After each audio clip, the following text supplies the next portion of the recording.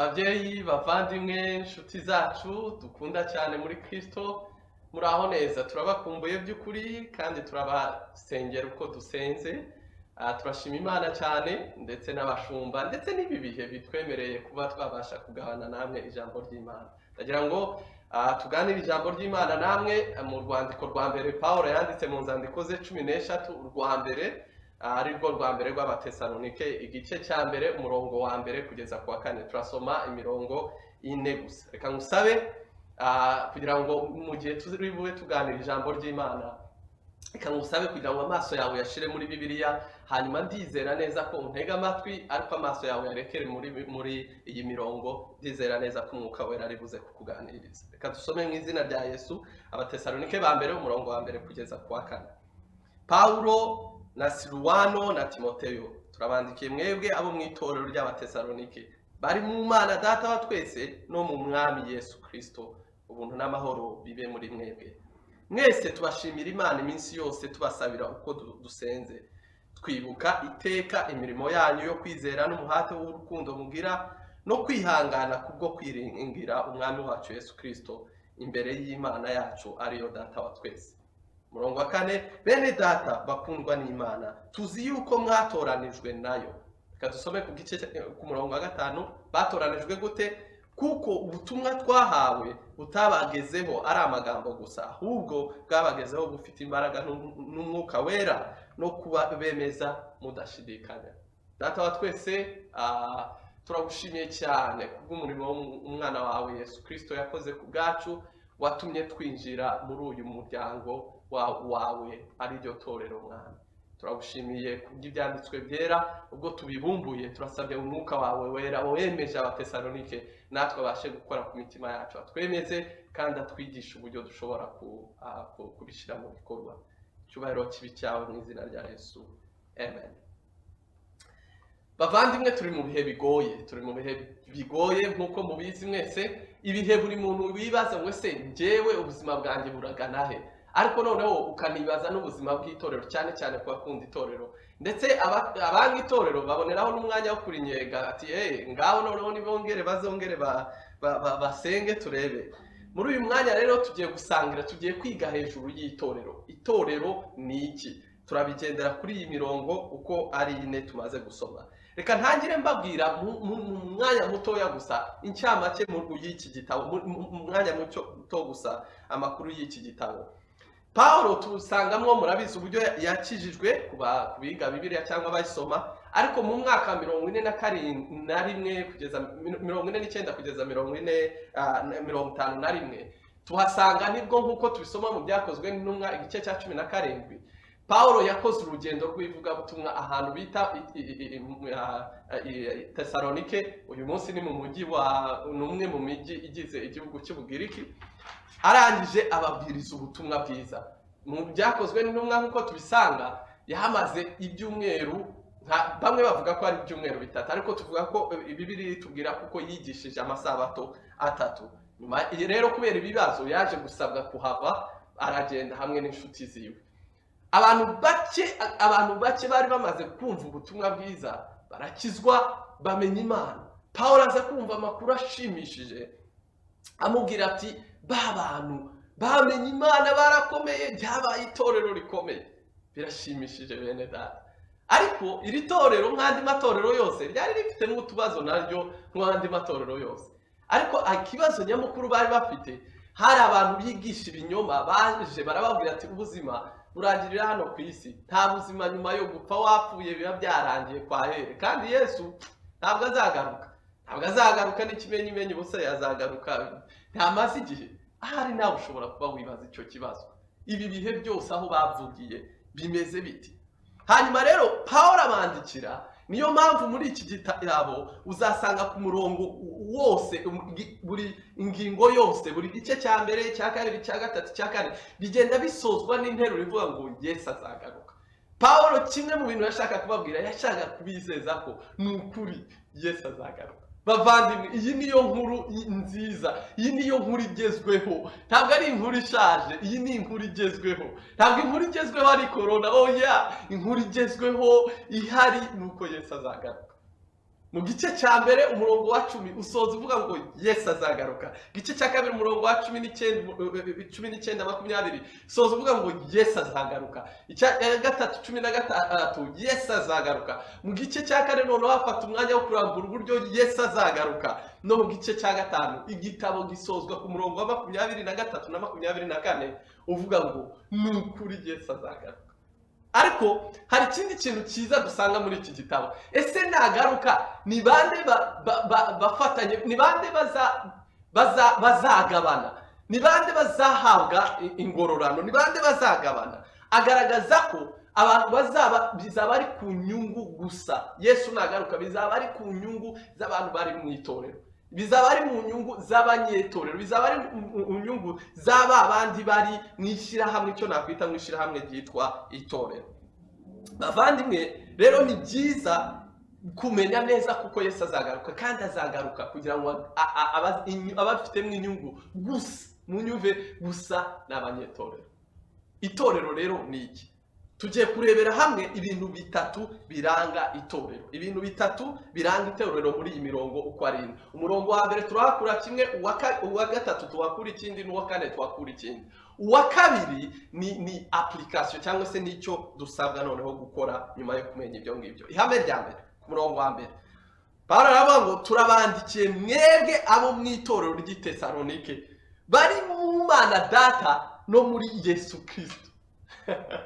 Ihame rya mbere muri uyu murongo nuko itorero riri mu isi ariko rikaba no mu Mana. Ibyo ni ryo hame rya mbere. Itorero rituye mu isi ahantu hazwi ariko rikaba no mu Mana. Bavandimwe, ni iby'agaciro kumva bino bintu.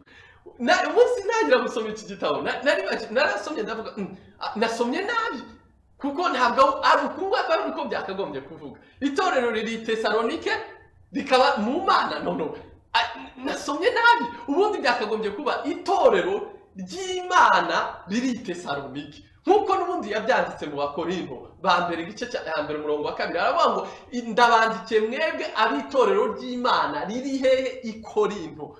Kubera iki yabicuritse? Bibiri na rimwe rero iyo usomye ihuye n'ikintu nk'icyo ujye utega amatwi Mwuka Wera. Hano barashaka kutubwira, Pawulo yashakaga kubagaragariza, mwibuke bene data context, mwibuke ikibazo hari nuko aba bantu ntibizeye neza ko bazajya mu ijuru. Pawulo rero yashatse kubereka mu gutangira, ashaka gutangira bagaragariza ko ahantu bari itorero rifite ingo ebyiri, rifite urugo ku isi, rufite n'urugo hehe mu ijuru. Bavandimwe, ibi ngibi ni ukuri. Itorero ni ishyirahamwe, ni ahantu abantu bahuriye, a community, an assembly y'abantu bafite ingo ebyiri, bafite ubuturo bibiri, bafite ibyicaro bibiri. Icyicaro kimwe hano ku isi ariko ikindi cyicaro kiri hehe? Kiri mu ijuru. Kandi ibi ni ibintu bisanzwe twakagombye kumva. Kubera iki? Dufite abantu batuye i Nyabinoni, Bugeshi, ariko bakaba bafite urugo hehe? I Kigali, afite ingo ebyiri. Abandi ubundi buryo ugasanga batuye i Kigali ariko afite urugo hehe? Mu cyaro, niba ateganyiriza amasaziro, afite ingo ebyiri. Cyangwa se ugasanga abandi nanjye ubwanjye ndabyibuka, ugasanga atuye i Kigali ariko urugo ruri hehe? Ruri hanze, ruri muri Amerika, ruri muri Canada, ruri hehe?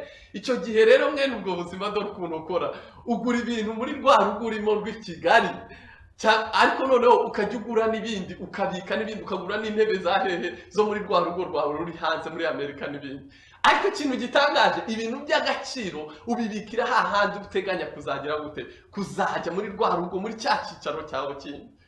Niko bigenda.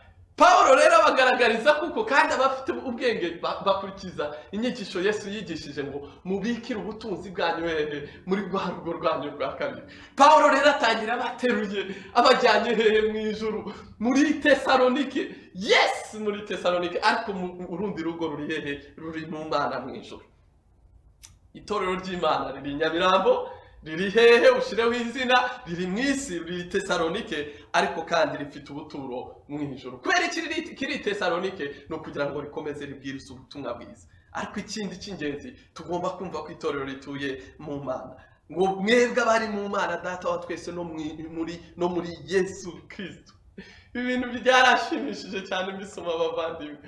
byahise binyibutsa umwe mu mirongo Yohana igice cya 14:20 n'umwe mu mirongo je n'umuvandimwe wanjye tujye tuhagera tugatangara tujye tubiganiraho cyane ubwo Yesu yavugaga ngo mumenye uwo munsi muzamenya ko ndi muri data Yesu ndi muri data ngo namwe mukaba muri njyewe ngo nanjye nkaba ndi muri mwe kizivuga no ibintu bishoboka bite ivangi ishoboka gute yageze abanyibutsa muri mate ngo babyita ngo ni cercle confondi ligne confondi ibintu bikubiranyije udashobora gutandukanya Paulo mu Bakolosayi igice cya 3:3 baravuga ngo mumenye ko ngo ubugingo bwanyu ngo buishwe muri Kristo ngo mu Mana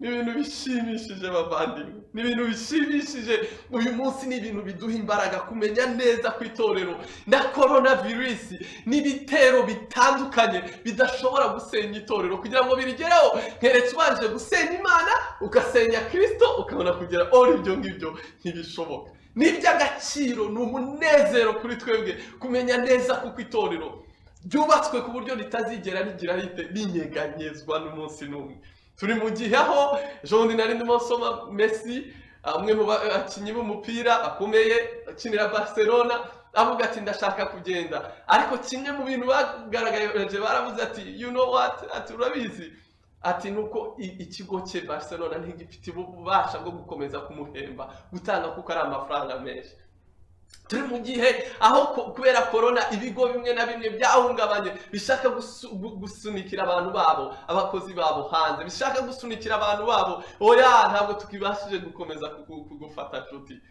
ariko itorero Imana ntizigera n'umunsi n'umwe ibwira abanyetorero ngo simfitiye ubushobozi bwo kuba nakomeza kugufasha ni byiza gusobanukirwa ko itorero riri ku isi uhiteho uhakunde ariko nanone itorero riri mu ijuru hame rya kabiri itorero rigizwe n'inyabutatu itorero rigizwe ukwizera urukundo no kwiringira inyabutatu kwizera urukundo no kwiringira reba ku murongo wa 3 umurongo wa 2 mwese tubashimira Imana iminsi yose tubasabira uko dusenze twibuka iteka imirimo yanyu yo kwizera n'umuhati w'urukundo mugira no kwihangana kubwo kwiringira umwami wacu Yesu Kristo imbere y'Imana yacu ari data wa twese cya kabiri tugomba kumva kuko itorero rirangwa n'ibi bintu bitatu ntushobora kugira kimwe ntushobora kugira kwizera udafite gukunda ntushobora gukunda udafite kwiringira ni ibintu byose bijyanirana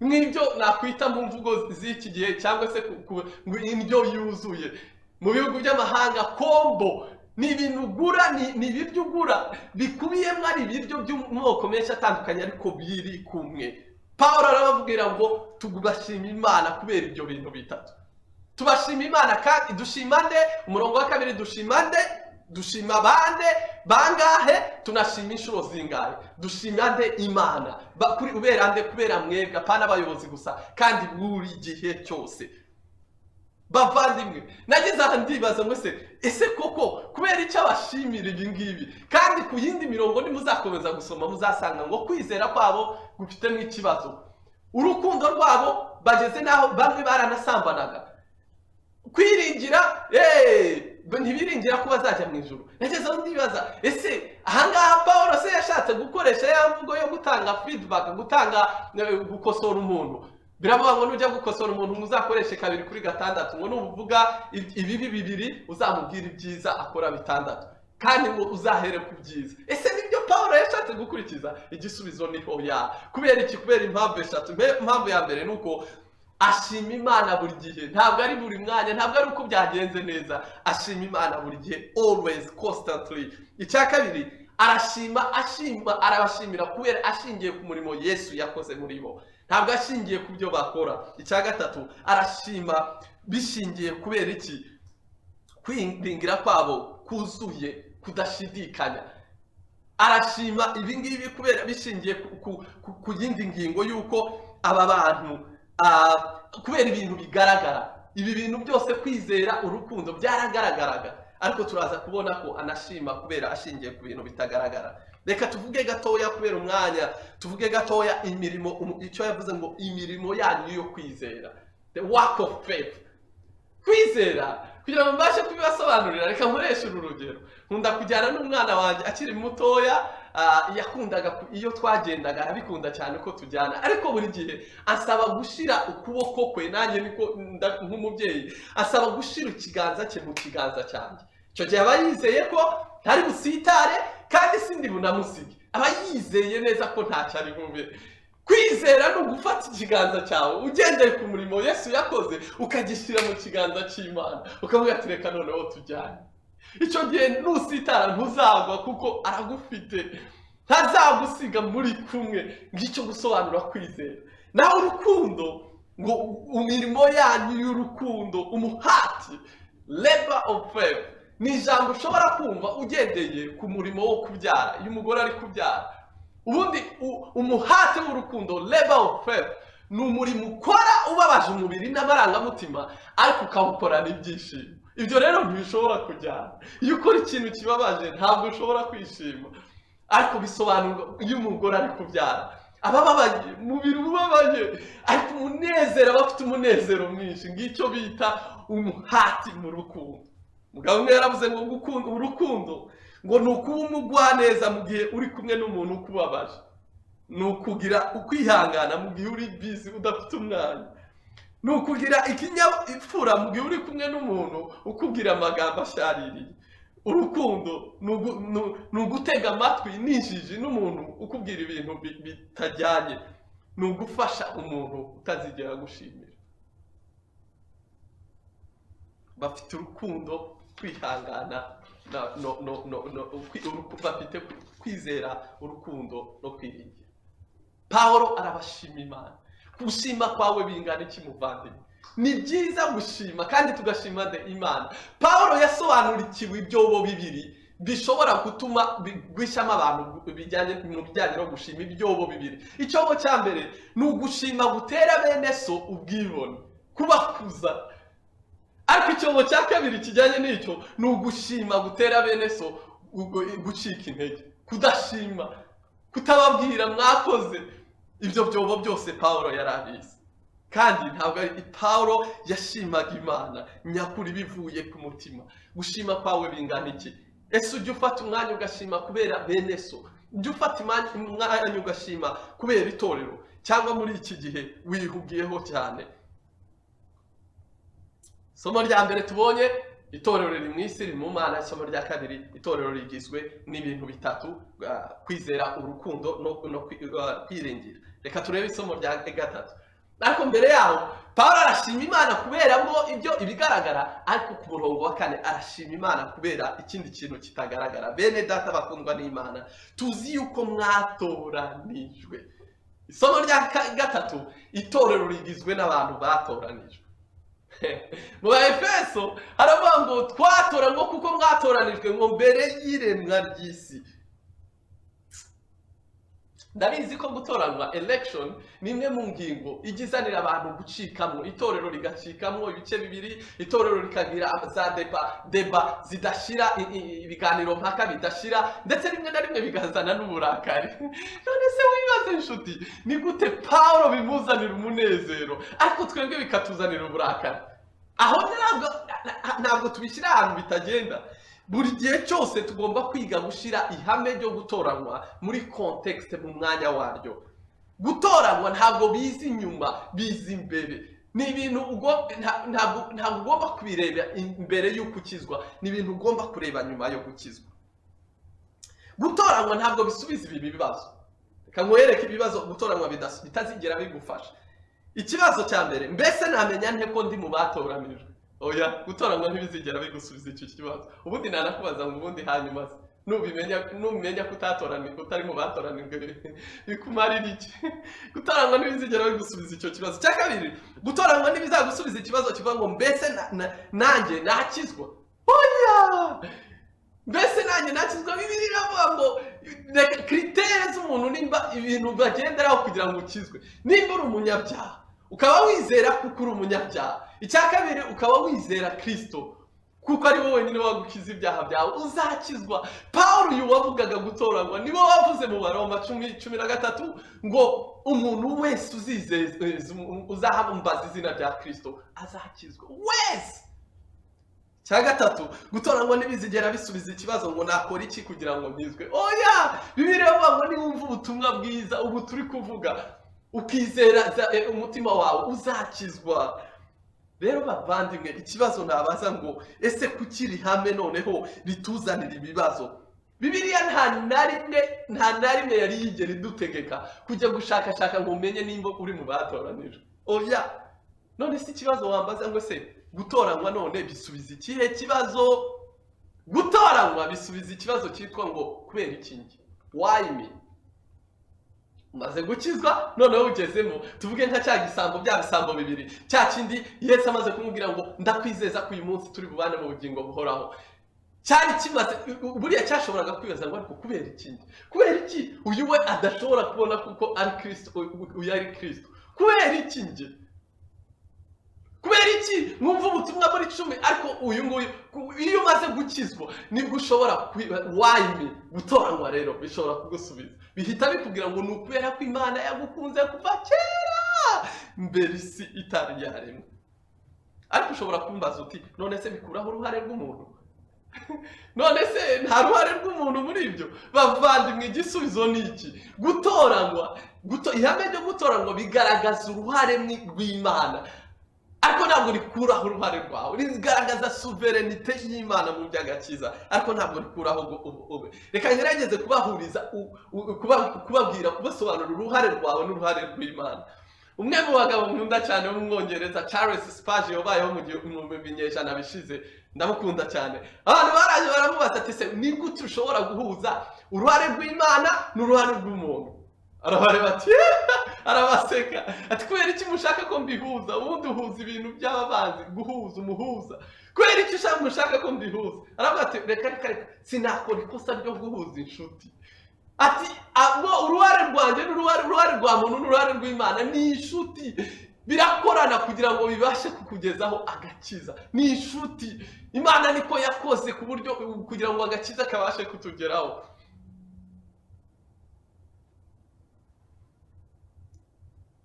Uwitwa J. Parker yarashaje cyo bundi, abyita ngo ni antonyme, n'amagambo mvuze uko mbivuga neza antonyme.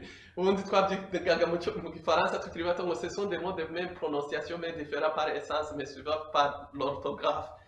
N'amagambo yenda gusa ariko adakoze kimwe.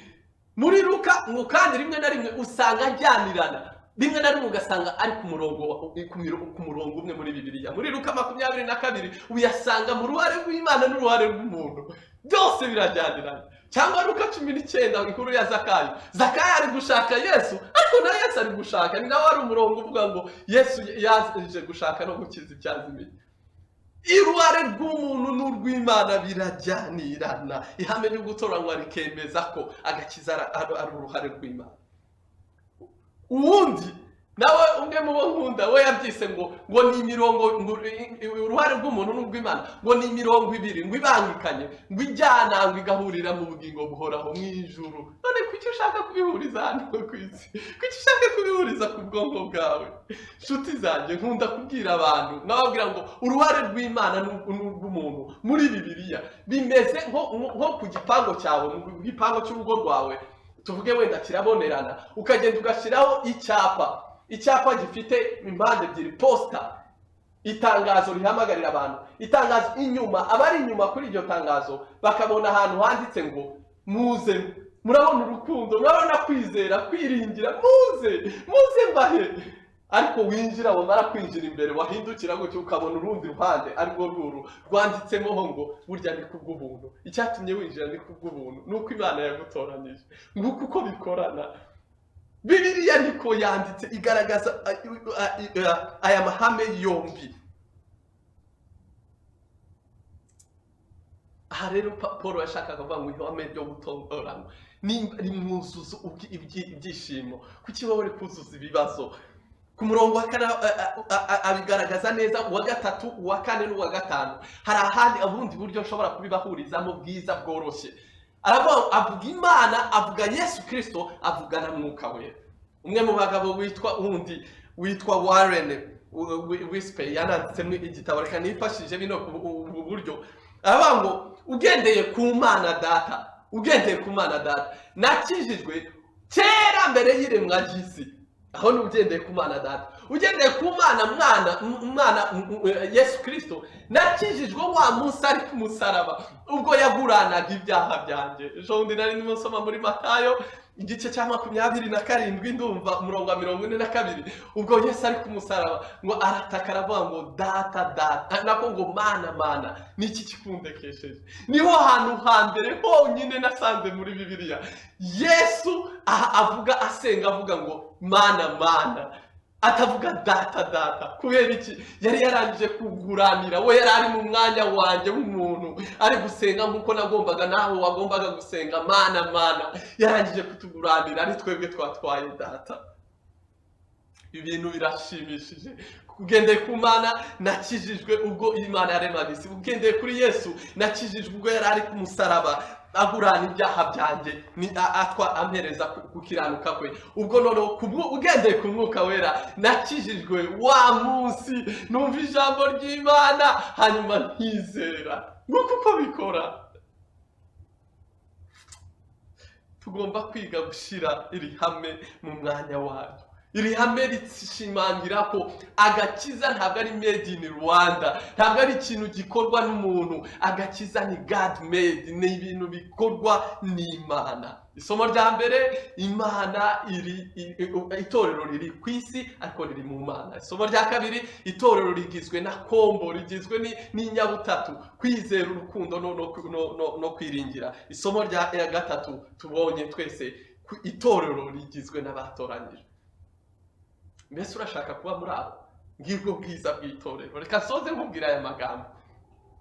Nimba uri hano utari wakizwa, bavandimwe, Yesu azagaruka. Kandi naza ntabwo uziri mu bazagabana inyungu, ntabwo ari kuri benefits zawe. Abazagabana inyungu n'abari mu itorero. Kandi uburyo ushobora kwinjira mu itorero biroroshe. Ku murongo wa 5 bavuga ngo bumvishije ubutumwa bwiza barizera. Umurongo wa 9 nimuzakomeza gusoma aravuga ngo bakoze U-turn mu Cyongereza, barahindukiye, barimo bagenda gutya bakorera ngo ibigirwamana, bakora ibyaha bitandukanye badafite kwizera, ngo barahindukira. Kugenda mu mujyi warangiza ugakora U-turn demi-tour, barahindukira. Nguko gukizwa no kwizera, no gushira kwizera kwawe muri Kristo Yesu akagukiza ibyaha byawe.